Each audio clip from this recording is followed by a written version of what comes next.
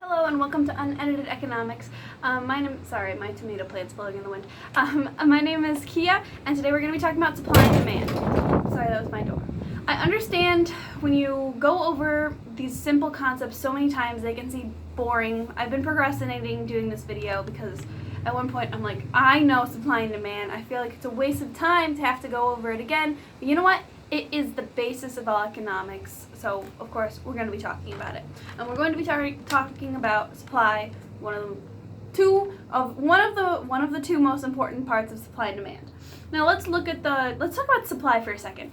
Think about the root word supply or supplier. It's the producer, it's the person who brings the satin to the table, all right? It's the drug dealer, or I should say the drug lord. It's the grocer. So when we look at the supply and demand graph really quick, I don't think of this as some abstract, weird graph that economists came up with. It's common sense, all right? As here on this axis we have quantity, and on this axis we have price. As the quantity increases, the price goes up. Just think about it. If you're producing apples, the more apples you're making, the more expensive it's going to be. I mean, we'll talk about things like economies of scale and diseconomies of scale, but this is on the most basic level. More quantity, more price. And I want you to think about the law of supply. The law of supply is just stating that the supply graph is direct. As quantity increases, price increases. The law of supply says that an increase in quantity supplies equals an increase of price. If anyone mentions this law of supply, just draw a graph and follow it. I don't want the law of supply shouldn't be on anyone's vocab list, okay? It's just saying that there's a direct relationship between price and quantity. Let's talk about why the supply lands on where it does in the graph, and that's due to the determinants of supply. And there's 6 determinants of supply that you should know and understand. The first one is the cost of resources. Now, just think about if you're making handbags, okay, and you're using a more expensive product, such as leather. The more expensive that leather is, the less supply you're going to be able to make with the smaller amount of money. These are all things that are going to affect the amount you can make at a certain price. Then we got to talk about technology. It's a lot easier to sell water when you have things like pipes and indoor plumbing. And then we can talk about taxes and subsidies. And these are going to make it harder or easier for producers to bring things to the table, to bring the satin to the table. Taxes are going to hurt the supply, subsidies are going to increase the supply. And we'll talk about how supply and demand increases in a second. And then we got to talk about consumer expectations, which is indirectly affected by demand. But what producers do is they think about what consumers are going to do, and they plan how their supply is going to change for themselves. We'll talk about things like immediate supply and short-run supply, long-run supply. And then we talk about number of sellers. This is going to be really, really important later. The amount of competition you have is really going to depend what kind of resources you have and how you're able to sell. So very important, direct relationship. Don't memorize it, draw the graph. So then we can start talking about how you increase and decrease the supply. Now, I know who's going to get a 3 on the exam and who's going to get a 5 on the exam, the AP exam, based on one thing. Do you know the difference between an increase in supply and an increase in the quantity supplied? All right, super important. Let's talk about an increase of supply. Let's say that you are you're a scientist and you produce a vaccine, and the government gave you money to produce more of that vaccine. Your supply is going to increase. Now, I should add numbers. Okay, so you start here at supply 1, S1. This is the amount of cost for the amount of product that you're making. But due to the subsidy by the government, you are now at S2. You are now making more quantity, and you can tell here, if we have any point, let's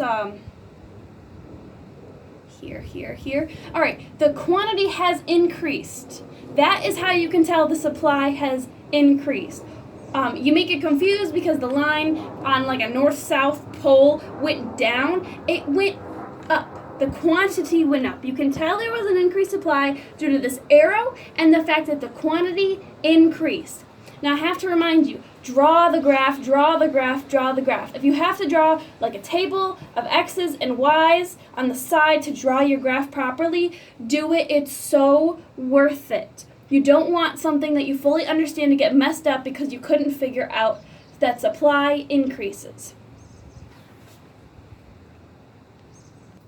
Alright, sorry, I moved over to the side. Now let's talk about an increase in the quantity supplied. So let's look back at the graph here. If you can see, there's only one supply line, okay? And at this supply line, you've got 2 dots, okay? You start at this supply for a quantity of 1 at a price of $1. And then let's say that due to an increase of demand for your product, you are now making 7 bananas at $7, all right?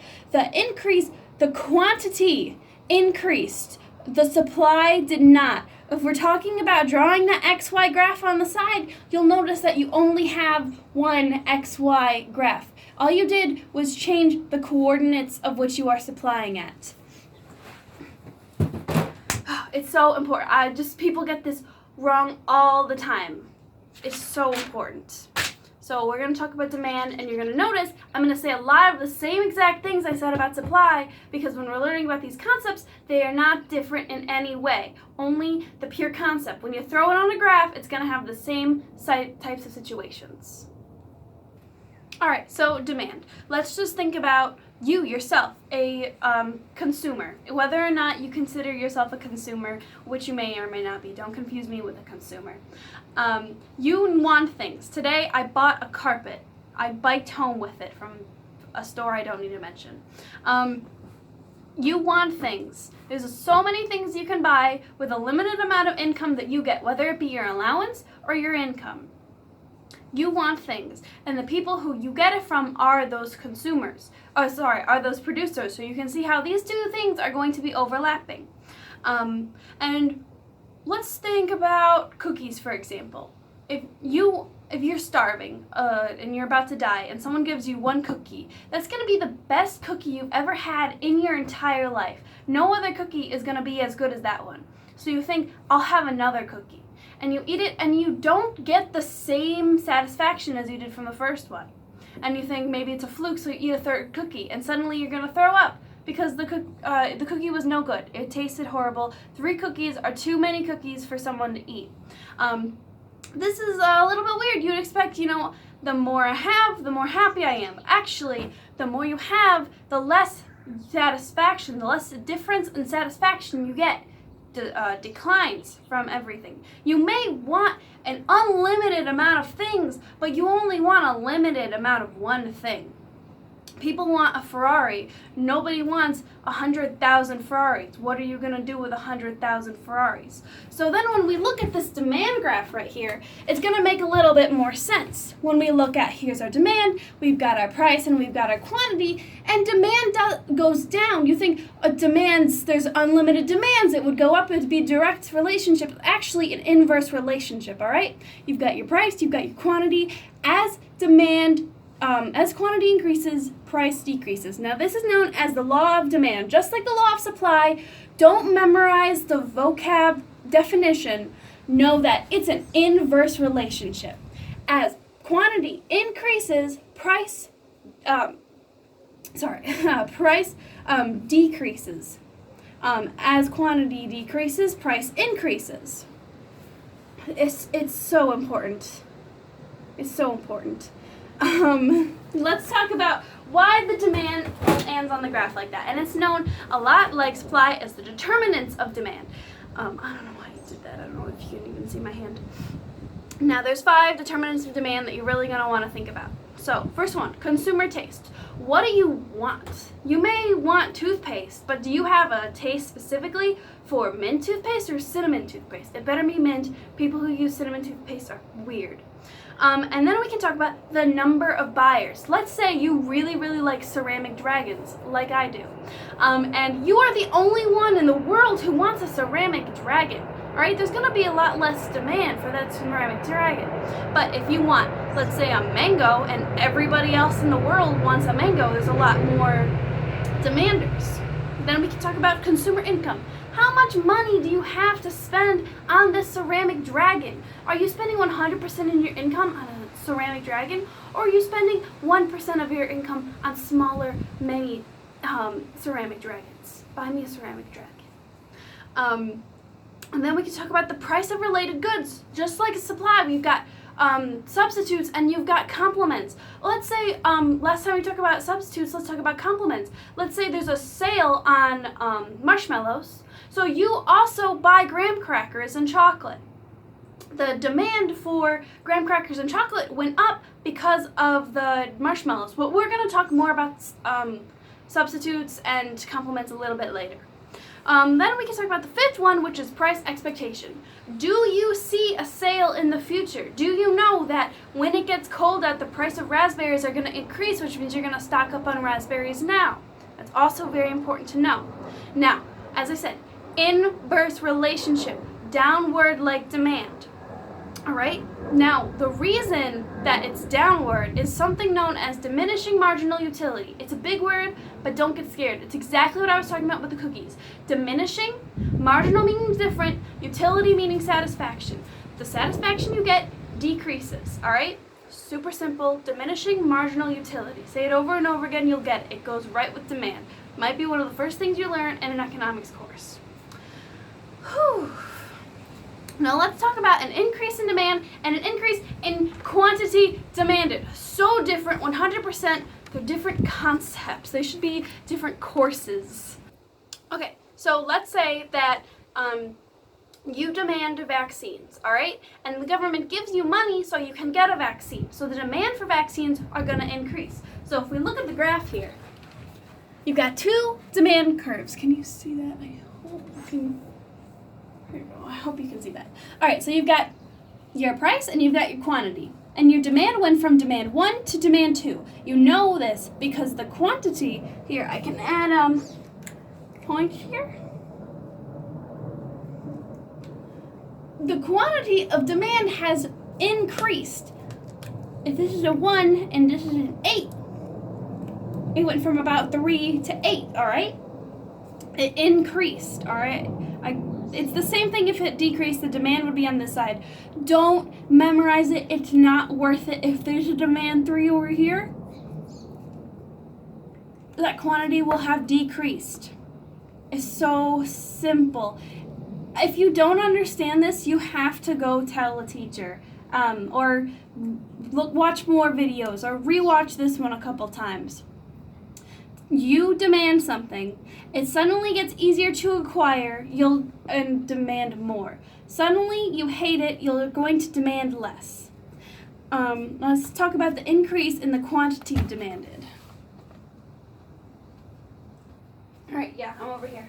Okay, so this is the increase in the quantity demanded. If you'll notice, there's only, can you see it? There's only one demand, there's only one demand schedule, sorry. Or you might see the word schedule, you might see the word graph, you might see the word data, whatever. So I'm sorry if I'm yelling. I don't mean to be yelling. Although there was an increase in demand, there was only an increase in the quantity demanded.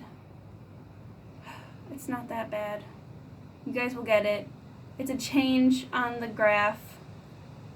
There's more that goes along with demand, and I'll mention that in a second. It's called market demand.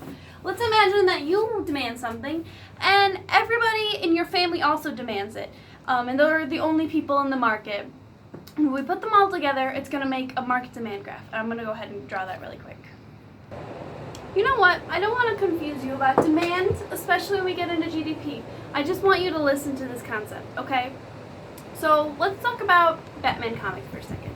I demand 3 comics at $2. And let's say my sister demands 6 comics at $3. And my best friend Hannah demands 8 comics at $2, okay? If we put those all together, what you're going to do is you're going to add up all of the price and find the average, which means you divide it by the amount of people. So if we take my 3 plus Callie's 3 plus Hannah's 2, and you get 8. You're going to divide it by 3, which is not an even number. Oh my goodness. You get 8 over 3. Math. And you need to know that with the price, you're going to add and divide. Quantity, you're just going to add. Let's say I wanted 3, Callie wanted 6, and Hannah wanted 8. It's 14. That's 17. So the market demand is going to be 8 over $2 for, I forgot what number I said, 17 comics. You can draw a graph. There aren't going to be that many questions about market demand on the AP test, but it is, that's how demand is found. In a free market economy, we listen to every single person by that individual hand with those dollar votes. So you add up the quantity to find the market. So let's put it all together. All right, so you've got your price and you've got your quantity. Supply goes up because the more quantity there is, the more expensive it is, and demand goes down due to diminishing marginal utility. All right, this is the basis of all economics. In a free market economy, where you're going to produce is right here, where the amount, it's kind of like a handshake between the consumers and the producers. How much you want, how much can you give? It's supply and demand, all right? Now you're going to run into some things, and I'll talk about them in another video, called price floors and price ceilings. But don't worry about that right now. Just know that this is the most pure and simple graph in all of economics. It's one of the least controversial graphs. It's simple. It's what happens in the world. Honestly, it is quite beautiful. I regret procrastinating this video. So supply and demand. Let's talk about some of those changes. Hang on. What I need to be changing is my expo marker.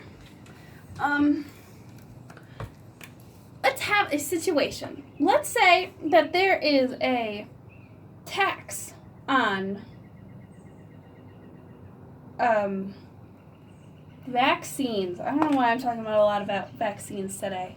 There's a tax on vaccines, and the tax is given to the suppliers. So it's harder for the suppliers to be giving those vaccines. So what's going to happen is there's going to be a decrease in the quantity of vaccines, and since the suppliers are the ones being taxed, there's going to be S2, and that's going to cause a decrease in supply. And here, if we look at this demand graph, we started at this point 1, and we ended up in this point over here 2. Can you see that? 2. You'll notice that there was a decrease in supply.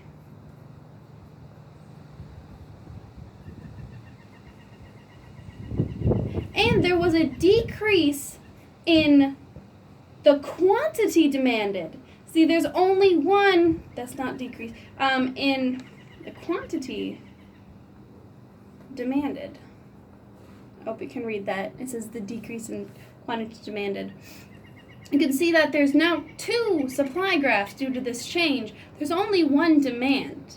There's a decrease in supply and a decrease in quantity demanded. This is because that tax caused the price of vaccines up, and the price of vaccines made people want to demand it less because due to consumer income, there's only so much money you have to buy things. It's beautiful. It really is. I genuinely, at the bottom of my heart, do enjoy supply and demand, as sometimes mundane as it can feel, and sometimes a little bit boring. But it seems I am running out of space in my phone, so this video is going to have to come to an end. I like answering questions about supply and demand. The fun does not come from drawing graphs. The fun comes from putting it in a situation. So please ask me some questions.